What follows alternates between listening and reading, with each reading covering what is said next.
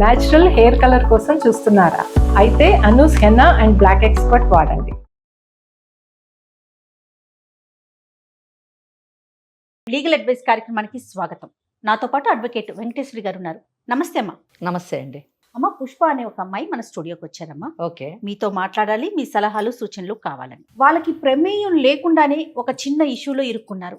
కుటుంబం మొత్తం అతలాకుతలమై రోడ్డు మీదకి వచ్చేసిన పరిస్థితి. ఏం చేయాలో అర్థం కావట్లేదు అని చెప్పి సుమన్ టీవీ నా దాకా వచ్చారమ్మా. ఓకే. అమ్మాయి మన దగ్గరే ఉంది పుష్ప. ఒక్కసారి అసలు ఆ సమస్య ఏంటి, దానికి మీరు ఏ విధమైన పరిష్కారం చెప్తారో చూద్దాం. తప్పకుండా. మరి మాట్లాడదామా పుష్పతో? నమస్తే అమ్మా పుష్ప. నమస్తే మేడం. చెప్పమ్మా. నా పేరు పుష్ప మేడం. ఓకే. మాది విజయనగరం దగ్గర ఒక మారుమూల గ్రామం మేడం. ఓకే.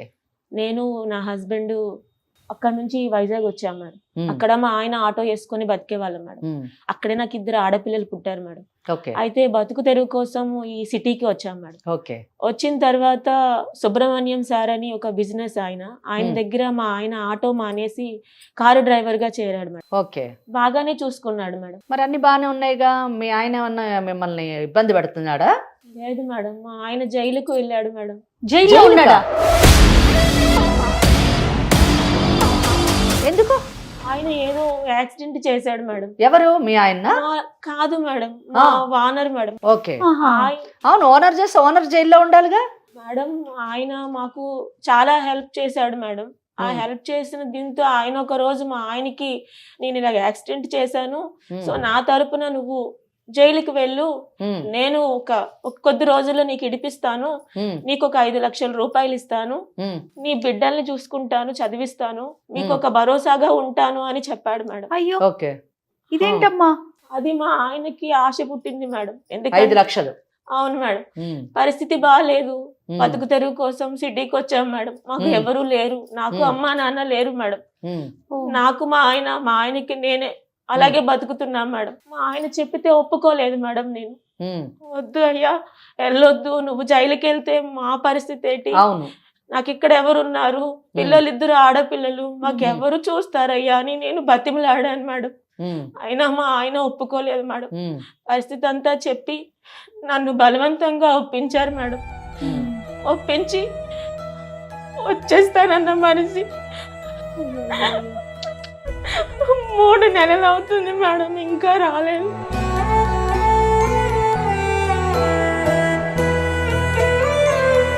మరి అతని దగ్గరికి వెళ్ళావమ్మా? ఓనర్ తో నువ్వేమన్నా మాట్లాడావా? మేడం వెళ్ళాను మేడం. వెళ్తే లోపలికి పిలిచేవాడు, నేను తీసుకొస్తాను పుష్ప, నువ్వు వెళ్ళిపో అని మాటికి అలాగే చెప్పి పంపించేసేవాడు మేడం. అలా మళ్ళీ 2వ సారి కూడా వెళ్ళాను మేడం. వెళ్తే నీకెందుకు, నేను పంపిస్తా అన్నాను కదా, నేను ఇడిపిస్తాను, నువ్వు వెళ్ళిపో అని చెప్పాడు మేడం. ఏం చేయాలి మేడం, ఎక్కడికి వెళ్ళాలో తెలియదు. యాక్సిడెంట్ లో ఏమైంది? అవతల వాళ్ళకి ఏమన్నా దెబ్బలు తగిలినాయా? చనిపోయాడు మేడం. నీకేం కావాలమ్మా మరి ఇప్పుడు? మేడం నాకు డబ్బులు వద్దు మేడం, నాకు మా ఆయన కావాలి మేడం. నా 2 పిల్లలు తండ్రి కోసం ఏడుస్తున్నారు మేడం. అంతే కదా మరి. ఎక్కడికి వెళ్ళాలో తెలియదు మేడం. 2-3 రోజులుగా సుమన్ టీవీని ఆశ్రయిస్తున్నాను మేడం. నాకు ఈ రోజుకి నాకు అవకాశం దొక్కింది మేడం. నా బాధ చెప్పుకోవడానికి నాకు న్యాయం కావాలి మేడం. మీరే ఏదైనా దారి చూపించాలి మేడం. ఇంకా ఈ రోజుల్లో కూడా ఇంత అమాయకంగా ఉన్నారా? నాకు అర్థం కావట్లేదు. ఇప్పుడు అమాయకత్వం ఏముంది? 5 లక్షల గురించి ఆశపడ్డాడు. నాకు అమాయకత్వం అనిపించట్లేదు. ఎందుకంటే డబ్బు గురించి చట్టాన్ని పక్కద్రోవ పట్టించడం కదా. అయితే ఒకటేంటంటే, ఈ అమ్మాయి ఇప్పుడు మేము సుమన్ టీవీని ఆశ్రయించింది, న్యాయం కావాలి, తన భర్త తనకు కావాలి అని చెప్పి ఆశ్రయించింది కాబట్టి తప్పకుండా మనము అండగా నిలవాలి. ఆ అమ్మాయికి సరైనటువంటి దోవని చూపించి ఖచ్చితంగా భర్త బయటకు వచ్చేటటువంటి మనము ఆ అమ్మాయికి న్యాయం చేసేటటువంటి అవకాశం. కానీ నేనేమంటున్నానంటే, కేవలం ఒక 5 లక్షల కోసం భార్య పిల్లల్ని వదిలేసి తను చెయ్యని తప్పుకి జైలుకు వెళ్ళటానికి కూడా ఇష్టపడ్డాడు అంటే వచ్చేస్తానన్న ఒక నమ్మకం ఉందంటారా? ఆ అమ్మాయి చెప్పిన కేసు ఒక్కసారి మనం జాగ్రత్తగా వింటే, 2 పిల్లలు ఉన్నారు. సో ఆ పిల్లలకు మంచి భవిష్యత్తు ఇవ్వాలి, వాళ్ళిద్దరూ కూడా మంచి జీవితం గడపాలని ఈ హైదరాబాద్కి రావడం జరిగింది. సో ఇక్కడ మనకు అర్థమయ్యేది ఏంటంటే, ఆర్థిక పరిస్థితిని మెరుగుపరుచుకోవడానికి హైదరాబాద్కి వచ్చారు. సహజంగా చూస్తాం కదమ్మా. ఇవి ఒక 5 లక్షల గురించి ఆశపడి తన జీవితాన్ని పణంగా పెట్టి భార్యా బిడ్డలను ఏదో ఉద్ధరిస్తాను అని అనుకుని వెళ్ళిన వాడు జైల్లోనే ఉన్నాడు. అది కూడా ఏంటి, చట్టంతోనే అతను ఆటలు ఆడుకున్నాడు. ఇక్కడ మాత్రం 100% ఆయన అమాయకత్వమే, నేను కాదను. అంటే అక్కడ ఓనర్ని నమ్మడం ఒక అమాయకత్వము. చట్టం చాలా కఠినంగా ఉంటుంది. తప్పు చేసేటటువంటి తప్పు కాదు, నేరం. తప్పు అన్న చిన్న మాట. నేరం చేసేవారి పట్ల చట్టం చాలా కఠినంగా ఉంటుంది అన్నది ఈ కేసులోని మనం తెలుసుకునేటట్టు. మరి ఇప్పుడు ఈ పుష్పకి మీరు ఏం చెప్తారమ్మా? పుష్ప, ఏం కావాలి పుష్ప నీకు? నాకు ఏం వద్దు మేడం, నాకు నా భర్త క్షేమంగా ఇంటికి రావడం కావాలి మేడం. ఓకే, ఈ కేసు మనం ఇక్కడ కూర్చొని సెటిల్ చేసేటటువంటిది కాదు. ఎందుకంటే ఇది నాన్ కాంపౌండబుల్ కేసు అని అంటారు. నాన్ కాంపౌండబుల్ అంటే సెటిల్మెంట్ చేసేటటువంటిది కాదు. కన్విక్షన్ అన్న పడాలి, లేదా ఎక్విటల్ అన్న పడాలి. అంటే జైలు శిక్ష అన్న పడాలి, లేదా విడుదలన్న కావాలి. ఇక్కడ ఈయన చేసినటువంటి అంటే ఫ్యాక్ట్స్ తీసుకుంటే వాళ్ళ ఓనరు యాక్సిడెంట్ చేశారు. సో ఈయన బయట పడాలి అంటే ఇతని దగ్గర ఏమైనా సాక్ష్యాధారాలు ఉన్నాయా? ఇండియన్ ఎవిడెన్స్ యాక్ట్ లోని ఓరల్ గా అంటే ఎవరన్నా సాక్షులు ఉండి చెబుతారా, లేదా డాక్యుమెంటరీ ఎవిడెన్స్ ఏదన్నా రాతపూర్వకంగా కానివ్వండి, ఫోన్ కాన్వర్జేషన్ కానివ్వండి, సీడీలు కానివ్వండి, వీడియోలు కానివ్వండి, ఏమన్నా ఉన్నాయా? అవి కానీ ఉంటే ఇతను ఎలా బయటపడచ్చు అన్నది నేను నెక్స్ట్ చెప్తాను. ఉన్నాయి మేడం. ఏముంది? ఆయన ఫోన్ లో మాట్లాడినప్పుడు ఫస్ట్ మా ఆయన మామూలుగా మాట్లాడాడు మేడం. రెండోసారి ఆయన మాటల్లో కొంచెం తేడా అనిపించి నేను చెప్పిన తర్వాత రికార్డ్ చేశారు మేడం. రికార్డ్ చేశారు, మెసేజ్లు ఉన్నాయి మేడం. తర్వాత సీన్ అన్న అని ఒక అన్న కూడా ఉన్నాడు మేడం పక్కన, మధ్యలో అతను కూడా ఉన్నారు మేడం. మీకు సాక్ష్యం కావాలంటే నేను ఆయన్ని కూడా పిలిపిస్తాను మేడం. ఈ రెండు ఉన్నాయి మేడం. ఎలా మేడం? నా భర్త నాకు కావాలి మేడం. నువ్వేం భయపడొద్దమ్మా, నీ భర్త తిరిగి వస్తాడు. ఎవ్వరు సెటిల్మెంట్ చేయక్కర్లేదు. నీకు చట్టమే నిన్ను కాపాడుతుంది. ఒకసారి ఆ రికార్డు వినిపించుమా? హలో సార్, సాగర్, ఎక్కడున్నావు? ఇంట్లో ఉన్నాను సార్. ఏం బయలుదేరలేదా? రావట్లే? అదే సార్ మాట్లాడుతున్నా సార్. భార్య ఒప్పుకోట్లేదు సార్. అదేంది సాగర్, ఎందుకు టెన్షన్ పడుతున్నా? నేనున్నా కదరా నీకు. ఎందుకు, ఏంది సమస్య చెప్పు. నేనున్నా, నీకు డబ్బులు ఇస్తా అన్న, 5 లక్షలు ఇస్తా, నీ ఫ్యామిలీని సెటిల్ చేస్తా, పిల్లల్ని ఇప్పుడు గవర్నమెంట్ స్కూల్లో ఉన్నారు, తీసుకెళ్లి మంచి కాన్వెంట్ బడిలో వేస్తా. ఇంకేంది నీ టెన్షన్ ఏంది? ఎందుకు భయపడుతున్నావు? అదే సార్ ఒప్పుకోట్లేదు. మా పిల్లలు ఉన్నారు కదా సార్, చిన్న చిన్న పిల్లలు. పిల్లల్ని, అరే బాబు సాగరు, నేను సెటిల్ చేస్తా, నేను చూసుకుంటా, ఎందుకు భయపడుతున్నావు? అట్లా అట్లా లోపల పోతే ఇట్లా బయటకు వస్తావు అంతే, ఏం లేదు. నేను బెయిల్ ఫార్మాలిటీస్ నేను చూసుకుంటా, నేను బయటికి తీసుకొస్తా. నువ్వు ఎట్లా సాగర్ మాట్లాడు, ఎందుకు రా, నువ్వు బయలుదేరు, నేను చూసుకుంటా కదా, నీకెందుకు? నేను బయటికి తెచ్చే బాధ్యత నాది. ఏంది సార్, మీరేమో యాక్సిడెంట్ మీరు చేశారు, నాకేం పరిచయం అవుతుంది కదా సార్. ఇప్పుడు నేను అరే బాబు, అదంతగా నేను చూసుకుంటా అంటున్నా కదా, నేను సెటిల్ చేస్తా అంటున్నా కదా. నేను ఇప్పుడు నేను ఉంటేనే కదా నీకని ఇప్పుడు నీకు జీతం ఇస్తున్నా, నేను చూసుకుంటున్నా. నీ పిల్లలకు కూడా మంచి భవిష్యత్తు ఉంటుంది అబ్బా, మంచి స్కూల్లో చేర్పిస్తా నేను, నీ లైఫ్ మారిపోద్ది కదా. ఇప్పుడు నేను ఉంటే నిన్ను సెటిల్ చేస్తా అంటున్నా. నువ్వు జైలుకు పోయినట్టు కాదు, అట్లా పోతావు ఇట్లా వస్తావు అంటే. నా దగ్గర మంచి మంచి లాయర్లు ఉన్నారు, మన మంచి సర్కిల్ ఉంది, మనం చెప్తే మన పని నడుస్తుంది, మన ఏడకపోయినా. నన్ను నమ్మబ్బా, నువ్వు గుడ్డిగా నమ్మి వచ్చాయి నన్ను. ఇప్పుడు 2 సంవత్సరాలు 3 సంవత్సరాల నుంచి నా దగ్గర పని చేస్తున్నావు కదా, నేను ఎలాంటి వాడినో తెలుసు కదా నీకు. ఇంకేంది, నన్ను గుడ్డిగా నమ్మి వచ్చే అబ్బా, నేను చూసుకుంటా నిన్ను. సరేనా? సరే బయలుదేరు సాగర్, ఏంటి ఆలోచించు, ఇంట్లో డిస్కషన్ పెట్టకు, వచ్చేయి. ఓకే, ఉంటా. సరే సరే. ఎంత బాగా నమ్మబలుగుతున్నాడు. నేనున్నాను, నేను చూసుకుంటున్నానని చెప్తున్నాడు అతను. మోసపోవడం తప్పు కాదు, మోసం చేయడం తప్పు. సమాజంలోని 100% మోసగాళ్లే ఉంటారు. సో మోసగాళ్ళు చేసేటటువంటి మోసాలకి, ప్రలోభాలకి లొంగిపోయి మోసపోవడం అన్నది మన తప్పు. కాబట్టి మనం జాగ్రత్తగా ఉండాలి అన్నది ఈ కేసు ఒక మంచి ఉదాహరణ. మరి ఇప్పుడు ఏం చేద్దామమ్మా? పుష్పకి మీరు ఏం చెప్తారు? ఓకే, చాలా అంటే నేను విన్నాను కదా, ఈ సాక్ష్యం నిజానికి చాలా ఉపయోగపడుతుంది ఇతను బయటపడడానికి. అయితే ఒక్కటి ఏంటంటే, ఈ సాక్ష్యాన్ని కోర్టులోని పెట్టాలన్నా కానివ్వండి, దానికి మళ్ళీ 65B అనేటటువంటి ఒక పెటిషన్ వేసి ఇండియన్ ఎవిడెన్స్ యాక్ట్ ప్రకారం పెట్టాల్సి వస్తుంది.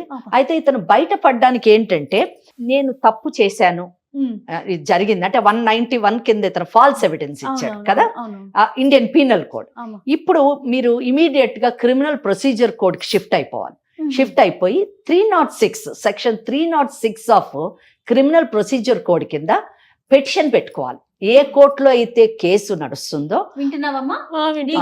ఏ కోర్టులో అయితే కేసు నడుస్తుందో, అంటే ఆ అమ్మాయి పెట్టుకోలేదు, ఒక అడ్వకేట్ ని పెట్టుకొని ఆ కన్సర్న్డ్ కోర్టులోని section 306 of criminal procedure code కింద ఒక అప్లికేషన్ పెట్టుకోవాలి. ఏమనంటే నా వలన ఈ తప్పిదం జరిగింది, దానికి కావలసినటువంటి సాక్ష్యాలు నేను కోర్టులో ప్రొడ్యూస్ చేస్తున్నాను, కనుక మీరు దీన్ని పార్డన్ చెయ్యండి అనేటటువంటి ఒక అప్లికేషన్ పెట్టుకుంటే కోర్టు తప్పకుండా పార్డన్ చేస్తుంది ఇతని యాక్ట్ని.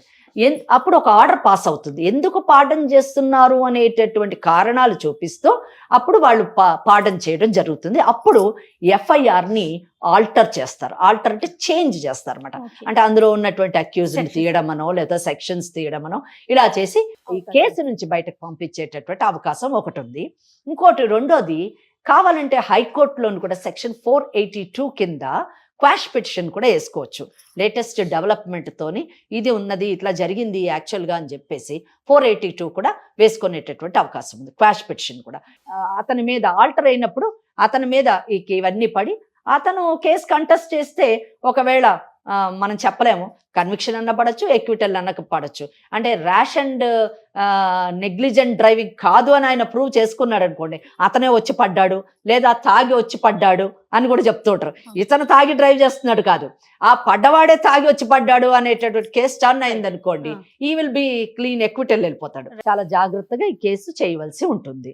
ఎందుకంటే పెట్టినటువంటి సాక్ష్యాల్లో ఓరల్ ఎవిడెన్స్ ఏం ప్రాబ్లం లేదు. అతను వస్తాడు, విట్నెస్ బాక్స్ లోకి ఎంటర్ అయి చెప్తాడు. As far as this telephone conversation is concern, అతను వచ్చి అసలు నా వాయిసే కాదు అని అనకపోవచ్చు, మళ్ళీ వాయిస్ కల్చర్కి పంపించాల్సి ఉంటుంది. లేదా అది ఎందులోంచి ఆ వాయిస్ ఏ ఫోన్లోంచి ఏ ఫోన్లోకి వచ్చింది అని ఈ డీటెయిల్స్ అన్ని చెప్తూ కూడా 65B పిటిషన్ వేయాల్సి ఉంటుంది. సర్టిఫికెట్ కూడా ఇవ్వాల్సి ఉంటుంది.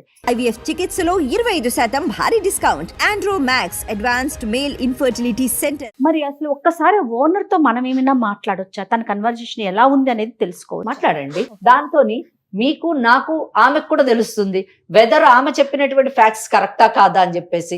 లేదా నేను ఇందాక అన్నట్టు ఆ వాయిస్ అసలు నాదే కాదు అని అన్నాడు అనుకోండి, ఏంటి మరి, అది కూడా మనం ఆలోచించాల్సినటువంటి విషయం. ఒకసారి కాల్ చేస్తావమ్మా? మరి చేస్తాను మేడం.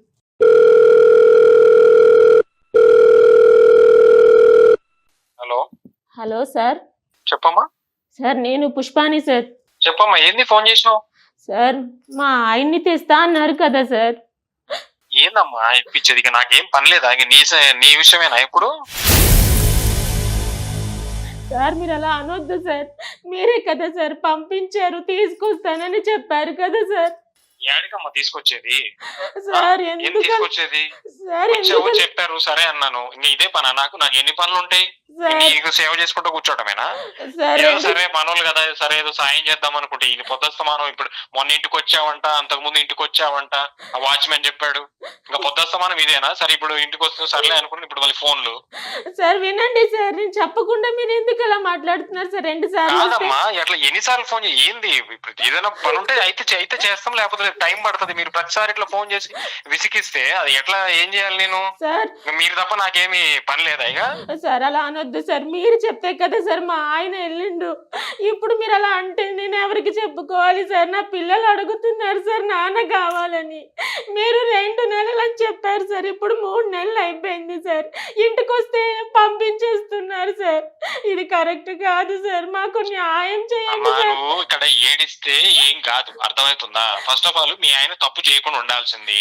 తాగాడు, వెళ్ళి గుద్దాడు, అయింది, జైలుకి వెళ్ళాడు. దానికి ఎవరేం చేస్తాడు? నేనేం చెప్పాను? డ్రైవర్ గా చేశాడు. నా వంతుగా నేనేదో సాయం చేద్దాము, విడిపిద్దాము అనే ఉద్దేశంతో ఒక మాట చెప్పినందుకు ఇట్లా తగులుకున్నావేంది నువ్వు నన్ను? నా చేతులు ఇప్పుడు మీ ఆయన చేసిన పని వల్ల నా కారు ఇరుక్కుంది, నాది ఇంకా స్టేషన్ లోనే ఉంది, నాది రాలేదు. మీరు చేసిన తప్పుకు నేను సఫర్ అవుతున్నా కదా ఇప్పుడు. నా మొగుడు తాగాడు సార్, తనకి తాగడం అలవాటే లేదు సార్. మీరు కొత్తగా అందరు మొగుళ్ళు ఇంటికాడ అట్లే ఉంటారు, కానీ ఒకసారి గేట్ దాటి బయటకు వస్తే మీ ఆయన ఏం చేస్తాడు నీకు తెలుసా? మీ ఆయన తాగుతాడు సార్. ఇంకా చాలా అలవాట్లు ఉన్నాయి నీ మొగుడికి, ఎందుకు అవన్నీ చెప్పుకుంటే బాగుంటది ఇంకా. సార్ మా ఆయనతో నేను 10 సంవత్సరాలుగా కాపురం చేస్తున్నాను, ఏ రోజు తాగలేదు సార్. ఇప్పుడు మీరు కొత్తగా ఉన్న మగాడు బయట ఉన్న మగాడు ఒకటి కాదు కాదులేమ్మా గానీ నేను 2-3 సార్లు మీ ఆయన తోటి నేను బయట ట్రిప్ కి వెళ్ళినప్పుడు ఇంకోటి చోటకి వెళ్ళినప్పుడు మీ ఆయన డ్రైవింగ్ చేస్తుంటే మాట్లాడుతుంటే మందు వాసన నాకు 4-5 సార్లు వచ్చింది. తాగి ఇన్ని సార్లు తోలాడు, నేను తిట్టాను కూడా మీ ఆయన్ని. సార్ మీరు తప్పించుకోవడం కోసం నా భర్త మీద నిందేస్తారేంటి సార్? మీరు కరెక్ట్ కాదు సార్, నా భర్త నేర్పించండి సార్. ఏందమ్మా ఇడిపించేది?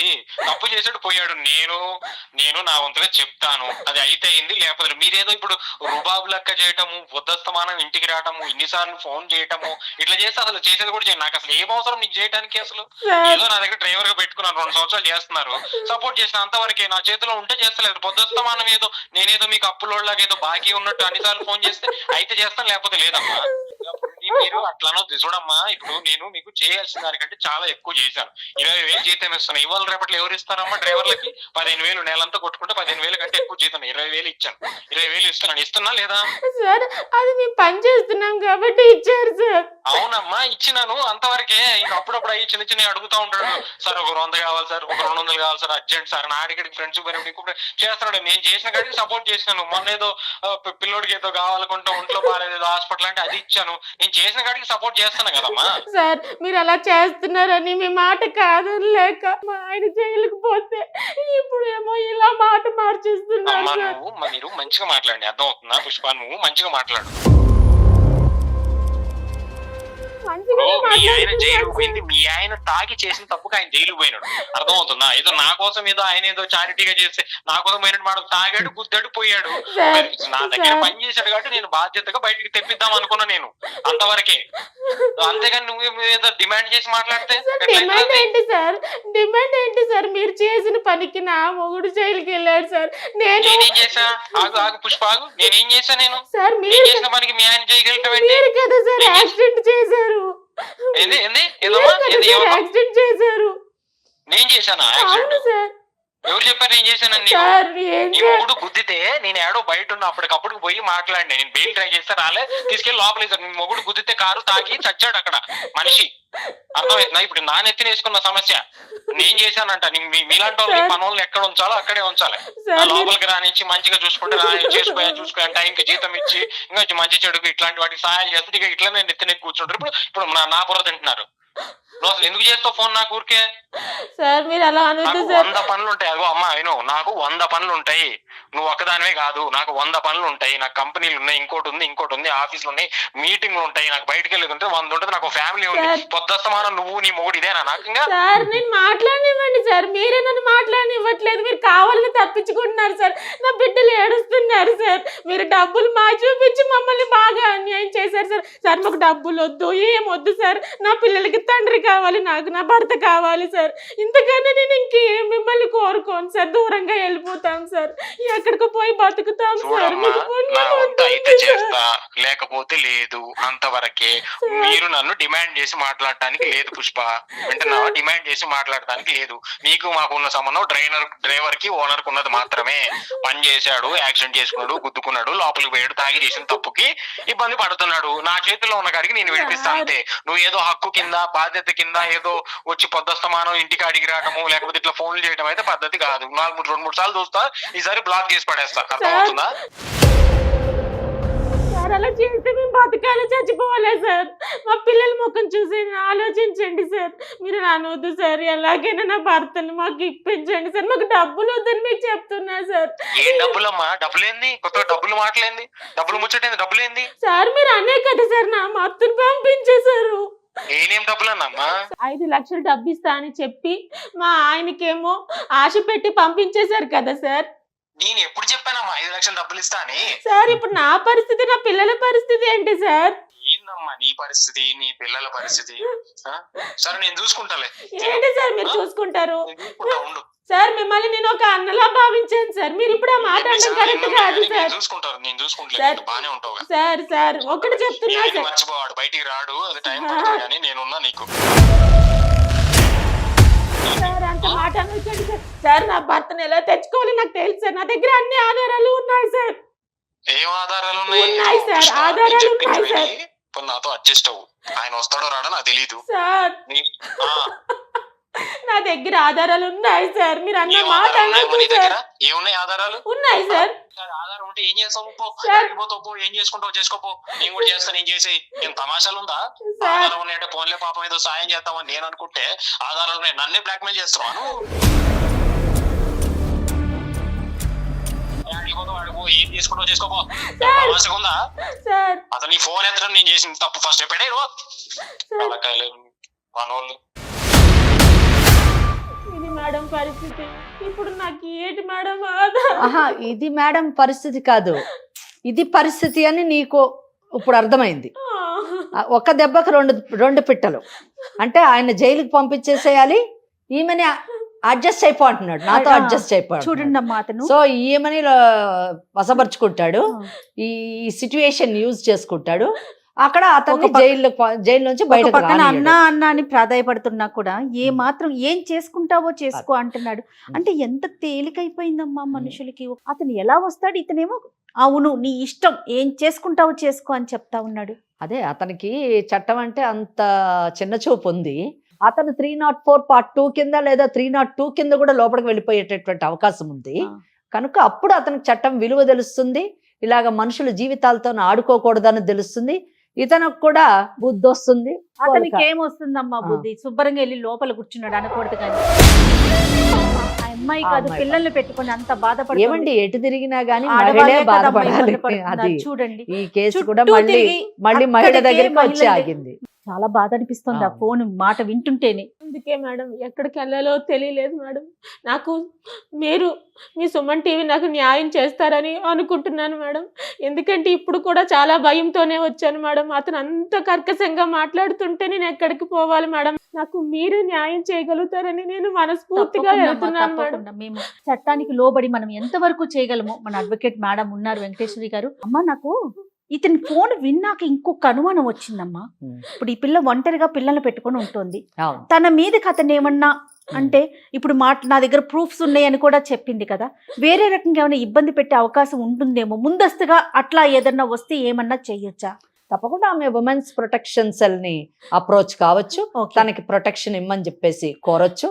అలాగే కోర్టులో కూడా ఆమె ప్రొటెక్షన్ కి కోరేటటువంటి అవకాశం ఉంది. దాన్ని ఎలా ఫాలో అవ్వాలి, ఏం చేయాలనేది మనం ఈ ఎపిసోడ్ అయిపోయినాక ఒక్కసారి గైడ్ చేయండి. తప్పకుండా ఏ మాత్రం అవకాశం ఉన్నా మనం తప్పకుండా ఆమెకి అన్ని విధాల చట్టపరమైనటువంటి సహకారాన్ని అందించి ఆమె భర్తను బయటకు తీసుకురావడానికి, ఆమెకి కావలసినటువంటి రక్షణ కలిగించడానికి మన వంతు ప్రయత్నం మనం తప్పకుండా చేద్దాం. ధైర్యంగా ఉండమ్మా, ఓకేనా?